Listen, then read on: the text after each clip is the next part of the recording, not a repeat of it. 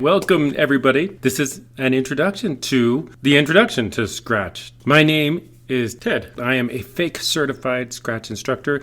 As soon as I finish my fake certification here, I just draw the Scratch cat that looks a little bit more like a dachshund. Let me get a signature from Governor Polis. That was easy. And okay, I am now certified and ready to teach you. I think the next thing for us to do is get set up for Scratch. And this is the painful bit. The first thing we got to do is go to scratch.mit.edu. You click the Join Scratch button, and then you got to choose a name, but not the nonsense name that I chose here, of course. And then you choose a password. Choose something that's going to be, something you're going to remember. And then you confirm that password to help you remember. And then you'll be asked for your age and your gender. I was born in 1910 or thereabouts. And then you're going to enter your email address, and you will never see my email address, of course, because I obscured it. And then, let's start our first program by clicking the Create button. Let's take a moment to understand the Scratch environment. In the center, we have a big canvas. That's where we're going to put our code. On the left side are all the code blocks that we're going to put in the center. Then in the upper right, that's the stage. That's where our program is going to actually play out. And although the stage looks small, there's a button that you can run it in big stage mode, so you'll see that later. And like a real stage, our stage has a backdrop, and we can change that backdrop. And actually, I want to pick the Arctic background. You'll see it in a second, because it's so Arctic-y. Now, there we go. We are going to click the Arctic backdrop. Once we're back, you see, now that if this is a stage, you'd think that guy in the middle, that would be a thespian, but you'd be wrong. They call it a sprite. And they call it a sprite because I don't know, a sprite is a pixie that floats or something, floats above the background. Anyways, it should have been a thespian. Thespian. Like a real thespian, it can have different costumes. So let's go change the costume on this Thespy Spritian thing. Let's choose a new costume, and I think we're going to choose Abby. And there she is. Let's click on Abby. And now our sprite will look like Abby. Abby is the new costume. She appears to be enormous. So I worry about that much weight on the ice. So let's shrink Abby down to keep her safe. Make sure that nothing happens to Abby. Wait a second. How did I shrink Abby? Well, they have a size control field that you see here, and it's in percentage. And 100% is Abby at full size. 50% would be Abby at half size. But you can actually go over 100% if you like to make Abby even larger, but only Scratch and professional athletes can give more than 100%. All right, I think it's time for us to do our first program. So let's go. Let's get in there. We start by clicking the Create New Project button, and we sit back, and it prepares. Now, once we're in, let's give it a name. We'll call it First Program.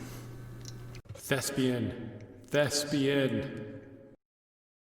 Okay, guys, I gotta tell you something about myself.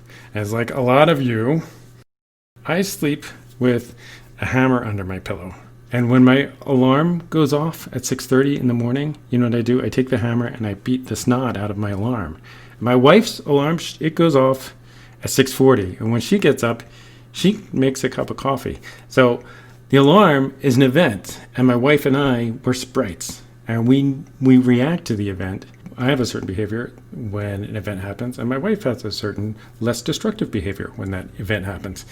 And that's what Scratch is. Scratch is a world of events, and it's our job to make the sprite respond to those events. So the event in Scratch that is most like my alarm going off is this green Go flag event. So let's drag that green flag out, and now we can attach some behavior to that event block. Let's use the move block to make our sprite move 10 steps every time we click the Go button. So let's drag the 10-step block out there, and we'll click Go, and we see it moved 10 steps. Every time we click the button, 10 steps, boom, 10 steps, boom, 10 steps. What if we wanted our sprite to move 4 times with just one click of the Go button? So we can kind of see it glide along the stage. Let's drag out a few more of those move blocks, and you can see my dragging skills have really come a long way. When we press the Go button this time, we just see one big move. What the heck was that?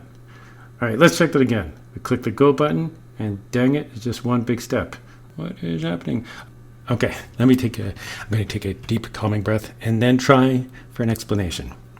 All right, so guess what? The Scratch Thespicat did move 4 separate times, but computers are insanely fast. So imagine if you bought your computer back in 400 BC and it was made of stone, it would be really, really slow. And what if that Scratch Cat was really a kid standing against a fence, and then we instructed that kid to move 4 times? It would look like this.